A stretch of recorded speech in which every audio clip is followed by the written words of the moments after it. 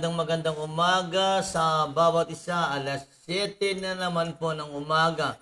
Oras na tayo po ay magsasama-sama sa ating palatuntunan itong prayer and precept. Peksi lang itong ating programa sapagkat ito po ay dati pinabagatan kong 5 minutes prayer.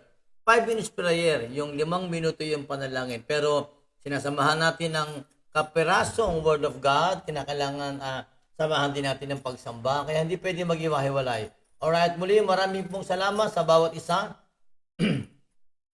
Excuse me. Na kasama natin sa ating palatuntunan ito. Good morning, bonjour. Sister Kanin, you are still here in our program. Maayong buntag sa tanan, maray na aldaw, sabi sa Bicolano.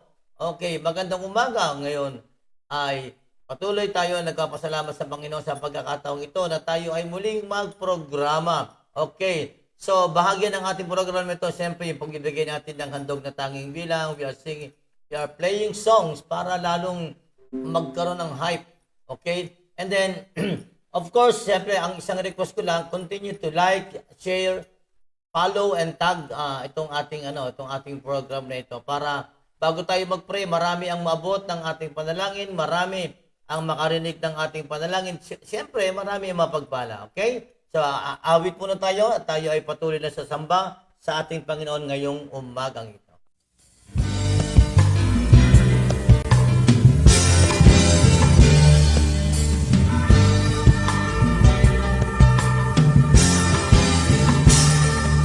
Kay sarap-sarap pa rin sa'yo, o Panginoon, ang mga pagpapala mo'y lubos-lubos. Minsan ang ating kaaway, pilit na tinatangay ang damdamin, at sa aking pagpupuri, ko'y lubos na nagtagumpay. Ang kailangan lang ay bawat sa presensya mo, bawat sa iyong salita, bawat ang sikreto mo kung bakit ako masaya, bawat sa presensya mo, bawat sa iyong salita. Tulad ng isang isa, ako'y laging tao sa'yo.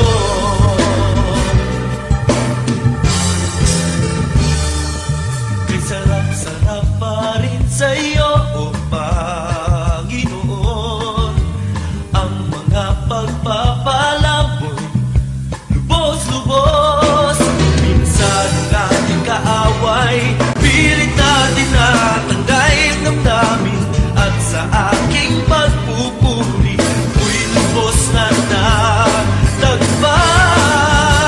Ang kailangan lang ay bawat sa presensya mo, bawat sa iyong salita, bawat ang sikreto mo kung bakit ako masaya, bawat sa presensya mo, bawat sa iyong salita.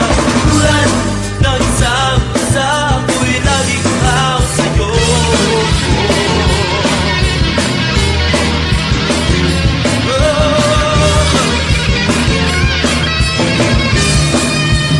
Ang kailangan lang ay bawat sa presensya mo, bawat sa iyong salita, bawat ang sikreto mo kung bakit ako masaya, bawat sa presensya mo, bawat sa iyong salita. Tulad ng isang isa, ako'y laging tao sa'yo. Ako'y laging tao sa'yo.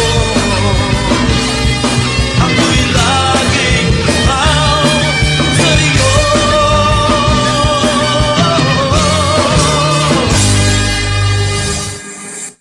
Yes, amen. Babad sa presensya mo. Yan po yung awit na nung araw ay talagang pag narinig mo ay talagang mapapalundag ka ng todo-todo. Awit po yan na pinupost ng ating pastor Romel Guevara. Mga araw pang yan ay pinakakanta natin. Bibira na ho ngayon ang nagpapakanta niyan, no? Ano kaya balik natin yung mga lumang kantang yan, lalo na kung ang mga kumakanta ay mga Pinoy, ang nag-compose ay Pinoy, masarap po siguro yan.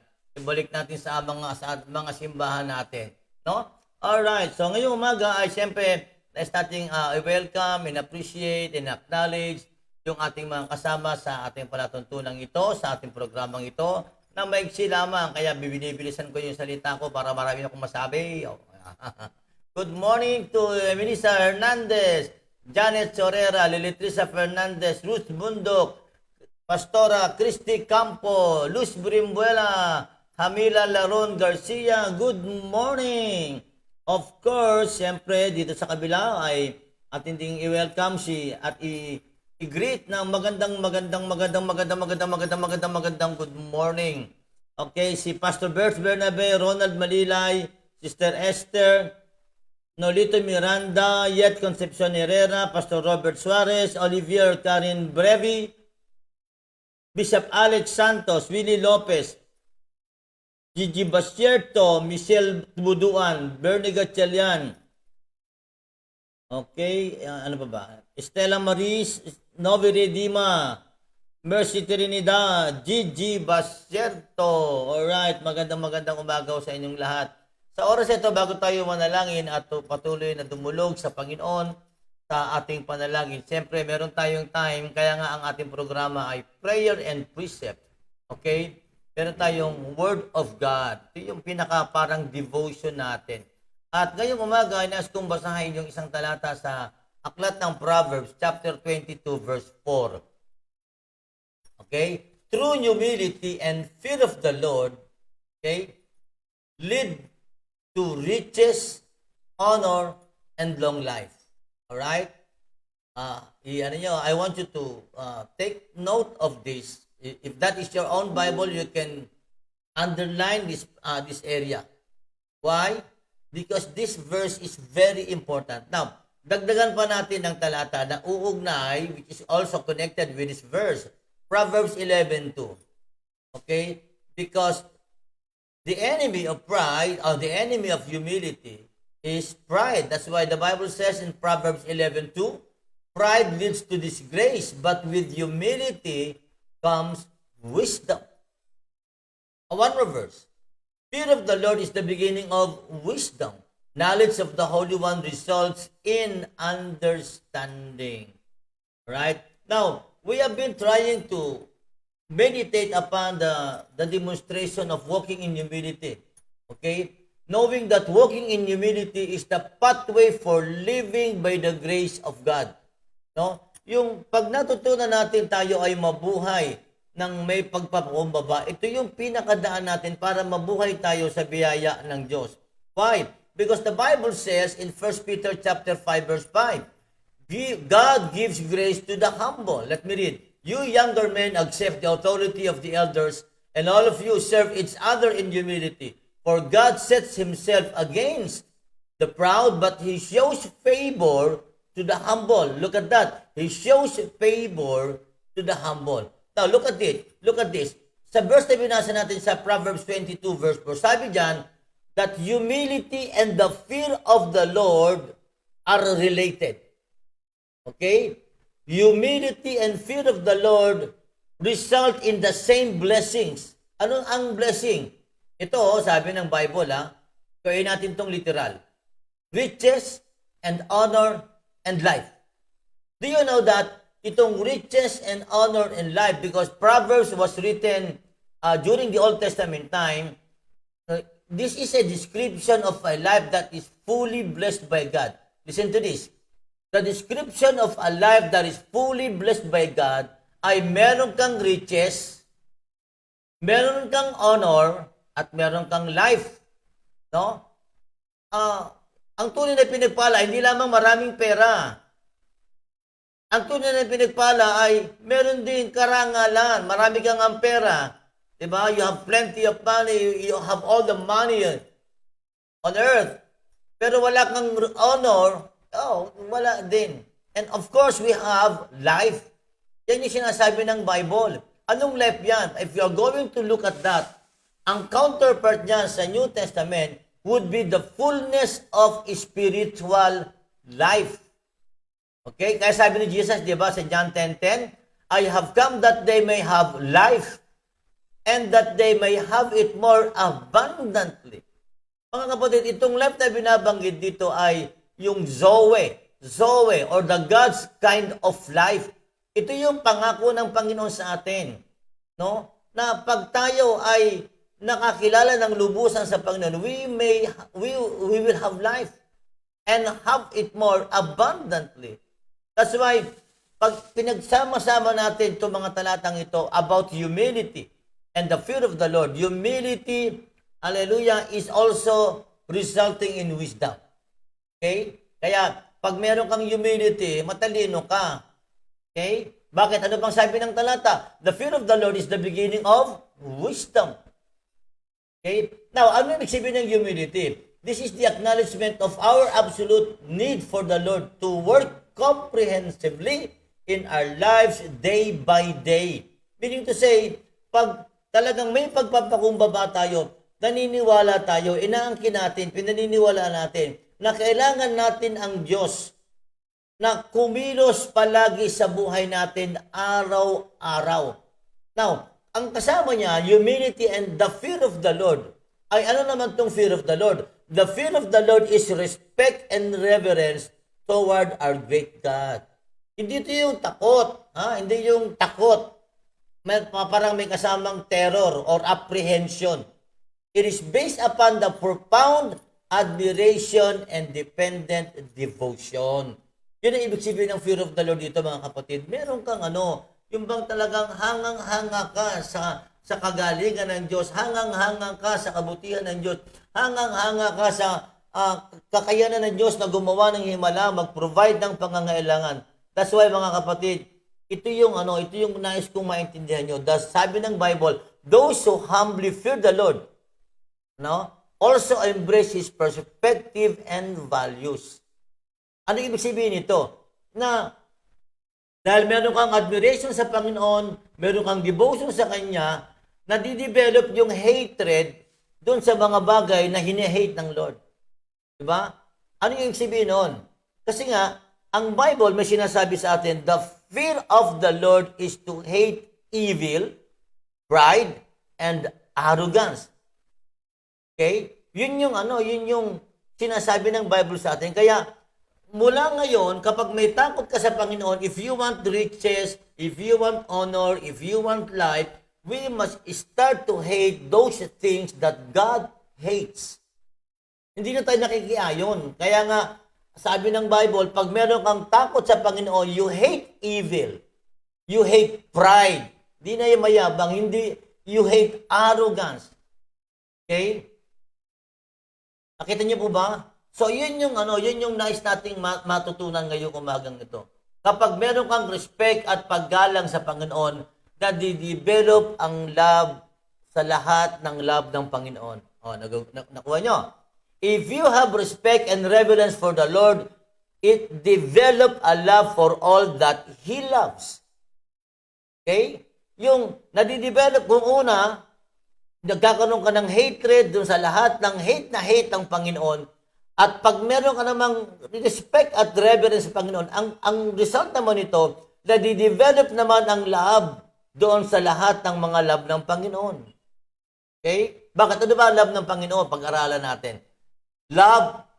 God loves for His people to walk in righteousness and justice. Biblical ba yan? Yes. Ano sabi ng Bible? Psalms 146 verse 8. The Lord opens the eyes of the blind. The Lord lifts the burdens of those bent beneath their loads. The Lord loves the righteous. Okay? Ibig sabihin, ang talagang mahal mo, yung mga matuwid, yung mga mananampalataya yan. Kaya hindi ka talaga pwedeng magtanim ng sama ng loob, especially sa kapatid sa Panginoon. Look at this. Psalms 37:28, for the Lord loves justice, and He will never abandon the godly. He will keep them safe forever. But the children of the wicked will perish. Look at this. Sabi, di ba? Ang linaw ng Bible. Kaya, God loves righteousness. God loves justice. O, ganun din tayo. Ano pa? The Lord loves Israel. His chosen nation. Kung mahal natin ang Israel, o mahal ng Diyos ang Israel, ganun din tayo. Look at this. I'm going to read this verse from Deuteronomy chapter 7, verse 7. The Lord did not set His love on you nor chose you because you were more in number than any other people, for you were the least of all people. Okay? The Lord, okay, loves Israel, His chosen nation. Pinili ng Diyos ang bansang Israel. Dapat tayong mga mananampalataya, mahal din natin dapat ang Israel, nananalangin tayo sa bansang Israel. And biblical po yan. Ano pa ang nadidevelop? The Lord loves His church. Okay? The Lord loves His church. Eh, sino ba nasa loob ng church? The children of God. Okay? O, yun ang dapat nating mahalin. O, balikan natin sa pantalata, 1 John 3:1. Behold, what manner of love the Father has bestowed on us, that we should be called children of God. Alright. O, yan ang mga paalala sa atin. This is humility and fear of the Lord, mga kapatid. We must learn to acknowledge that we need God to work comprehensively in our life day to day. Now, hindi lamang humility, let us pray that we learn to walk in the fear of the Lord. Pag sinabing fear of the Lord, you are placing your admiration and devotion in God. Okay? Pag sinabi mong nag-place ka ng admiration, nagbigay ka ng respect sa Panginoon, meaning to say, you are now beginning to hate all that God hates, and you are now beginning to love all that God loves. Okay, so I hope and I pray that this word speak to our heart.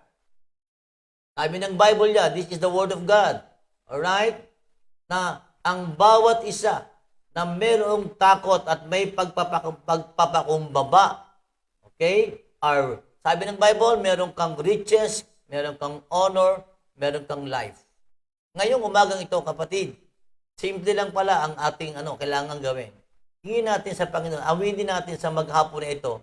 Hindi natin kaya. It is not our strength, it is not our might, it is not our wisdom, it is not our skill, it is not our ability na we can sustain all our daily needs. No, we need to acknowledge your absolute need for God to work in you every day of your life. Kaya ngayong umagang ito, mga minamahal, pinagpala ka kung narinig mo ang salita ng ito ng Panginoon.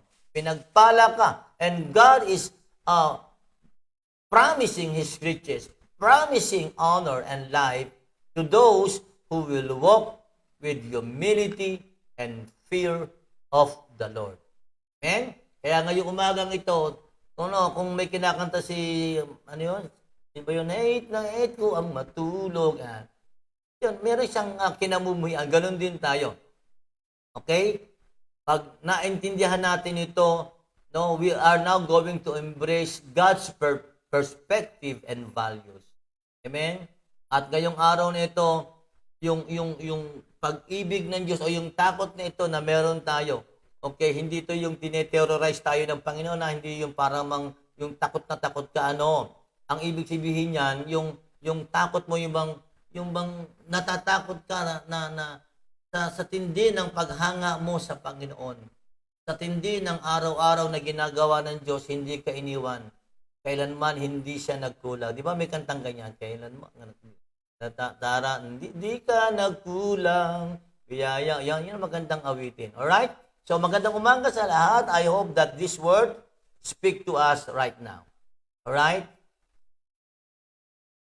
Amen po ba? Amen. Yan. So, ito yung sana maging prayer natin ngayong araw na ito. Lord, help me to walk humbly before you. Lord, let me acknowledge that today, I need you. I need you every moment, every hour, every minute of my day. Every day. Lord, I want to walk in the fear of you. Okay? Placing my admiration and devotion in you. Lord, I want to hate all that you hate and love all that you love. Ito yung magandang prayer natin ngayong umagang. Okay? Tayo po ay dadako na sa ating panalangin, and I pray that the Word of God speak to you directly. Speak to your heart right now. Telling us, Lord, beginning today, I love what you love, I hate what you hate, because now I will walk with humility, I will walk humbly before you in the name of Jesus. Amen? Are you ready to receive your blessing? Okay, anong sabi ng pangako? Riches, honor, and glory. And life. Huh? Riches, honor, and life. Maring wala kang maraming kayamanan, pero kung meron ka namang karangalan, maganda yon mga kapatid. No? Kasi akala na iba, ang kayamanan is more on the riches. Marami kang ang pera, wala ka namang dangal, wala din, di ba? So, maraming tao ngayon ganyan, maraming pera, pero walang dangal. Mas maganda yung may dangal ka na, may pera ka pa, may buhay ka pa. No? Yung buhay dyan na binabanggit ay God's kind of life. Zoe. Right? Zoe. Pag sinabing Zoe, para kang talagang yung blessing sa iyo, yung word mo may power, okay? Pag nagsalita ka, may nangyayari. Alright? So tayo magpe-pray na ngayong umagang ito. This is just a 5-minute prayer. And this 5 minute will change your life. This 5-minute prayer will change even yung araw mo ngayong, even the mood ngayong araw nito. Alright? Pagpalain tayo ng Panginoon. Let us pray. Lord, marami pong salamat. Minsan pa sa umagang ito ay nagpupurit, nagpapasalamat kami, O Diyos. Dahil Ikaw, Panginoon, ang kailanman ay hindi nagkulang, hindi nagbago. Panginoon, sa bawat isa sa amin, kailanman, O Diyos, ay hindi mo kami iniwanan, hindi mo kami pinabayaan. At ngayong umaga, Panginoon, marami pong salamat, O Diyos. Naniniwala kami, Panginoon, na ang iyong mga salita ay sapat, Panginoon, upang matanggap namin ang iyong pagpapalang ngayong araw na ito. Lord, salamat po, Panginoon. Pinapupurihan ka namin, pinapasalamatan ka namin, niluluwalhati ka namin, Panginoon. At kami naniniwala at pinanghawakan namin ang iyong mga salita, Panginoon. Salamat po, O Diyos, sa paalala, Panginoon, ng iyong mga salita, na if we're going to walk with humility at may pagkatakot sa iyo, Panginoon, pwede naming maranasan ang pangako mo, your riches, your honor, and your life. Lord, ngayong umagang ito, Panginoon, sa lahat ng aming mga kasama sa aming programang ito, Diyos, dinideklara ko pong patuloy pa rin, Panginoon, ang iyong pagpapala, O Diyos, pagpapalang pisikal, material, espiritual, maging ang pagpapalang pinansyal, Panginoon, sa pangalan ni Jesus. Dinideklara ko ngayong umagang ito, Panginoon, ang lahat ng mga pagpapalang ito dadaloy, Panginoon, kay Pastor Bert Bernabe, Ronald Manilay, Lano Bahel, Nolito Miranda, Yet Herrera, Pastor Roberto Suarez, Olivier Brevi, Bishop Alex Santos, Willie Lopez, Gigi Basierto, Michelle Buduan, Bernie Gatchalian, Estela Maris Laron, Novi Redima, Mercy Trinidad, Gigi Basierto, Joel Rada, Lovino Concepcion, Pastor Lovino Concepcion, Hallelujah. Misaw Miura, Gigi Basierto, Sister Emmy Ilagan Jen, Hallelujah. Also for Emelisa Hernandez, Janet Chorera, Ruth Bundok, Cristina Campo, Luz Brimbuela, Amila Garcia, Julian Briones, Benjamin Lariosa. Hallelujah. Lord, salamat, Panginoon, ngayong araw na ito. Inangkin po namin, O Diyos, ang pagpapala mo sa bawat isang nakasama namin sa aming palatuntunang ito, Panginoon. Dinadalangin ko rin, O Diyos, ang kagalingan para kay Tata Rizal ng Barangay Black 1, Panginoon, Barangay Gregoria. Dumaloy ang iyong himala, dumaloy ang iyong pagpapala, dumaloy ang iyong kagalingan, Panginoon, sa buhay ni Tatay Rizal. Ngayong umaga, Lord, salamat po, Panginoon. Maaring hindi namin mabanggit ang mga prayer request ng bawat isa. Ngunit kami patuloy na naniniwala, Panginoon, na ang iyong kamay, O Diyos, ay hindi kailanman na magiging maiksi upang iabot sa amin ang lahat ng aming pangangailangan. Sa iyo ko po, Ama, pinagkakatiwala ang buong maghapong ito, Panginoon. Sa lahat ng mga lalabas para magtrabaho, ang iyong proteksyon ay sumakanila, Panginoon. Sa lahat ng ang mga naghahanap ng trabaho, ang iyong pabor ang sumakanila. Sa kanilang may mga businesses, may mga transaksyon ngayong maghapong ito, Panginoon. Let your favor be upon them, Lord. Salamat po, Panginoon, sa lahat ng nangangailangan ng himala at kagalingan, kalayaan, kagalakan, kapayapaan, at kaligtasan, Panginoon. Sa pangalan ni Jesus, Lord, dinideklara namin ngayong umagang ito, Panginoon. At patuloy nga po, O Diyos, ang iyong mga salita, Panginoon, ay magbigay paalala sa amin sa buong maghapong ito. Anything that you love, Lord, we are going to love. Anything that you hate, Lord, we are going to hate. in the name of Jesus. Lord, salamat. Patuloy ko ding dinadalangin sa iyo, Panginoon, ang lahat ng mga kamanggagawa ko, Panginoon. There are so many pastors today, Lord God, as I have heard from the news, Lord. Many pastors are quitting in the ministry because of this pandemic, Lord. They couldn't able to pay, Father God, all of their expenses. Father, I pray na i-restore mo sila sa relationship nila at sa kanilang paglilingkod sa iyo, Panginoon. Lord, I also speak healing and deliverance and miracle, Panginoon,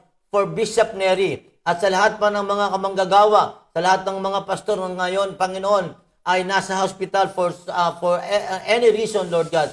I speak for blessing and healing and miracle kay Bishop Neri at sa lahat ng mga kamanggagawa kong pastor, Panginoon. Sa aming bayan, dinadalangin ko ang aming mayor, ang aming vice mayor, ang lahat ng konsyal ng bayan, lahat ng kapitan, ang aming Kapitan Gusar, Kapitan Aldail Dames Tuatis at Kapitan Suarez, sa pangalan ng Jesus, pagpalain mo sila, Panginoon. Lord, salamat ngayong maghapong ito. Aangkinin namin, O Diyos, ang iyong rumaragasang pagpapala sa bawat isa nakakapakinig ng panalangin ito. Tanggapin na lang iyong himala, ang pagpapala, ang kagalingan, ang pagpapalang pisikal, material, espiritual at pinansyal sa pangalan ni Jesus. Amen at amen. Amen. Purihin ng Diyos. Muli maraming pong salamat. Tayo ngayon ay muli harap sa panibagong araw nito, araw ng Wednesday. Alright? Hindi waste day, ha? Wednesday. Hindi waste. Walang araw na masasayang, walang oras na masasayang, sapagkat ang araw na ito ay ipinagkatiwala natin sa ating Panginoon. Sa lahat ng mga nakasama namin, sa ating panatuntunan ito, maaaring hindi ko mabanggit ang inyong pangalan dahil wala akong katuwang ngayon at hindi mabilis na nawawala, okay, ang mga pangalan. Alright? So, may the good Lord bless you today and enjoy.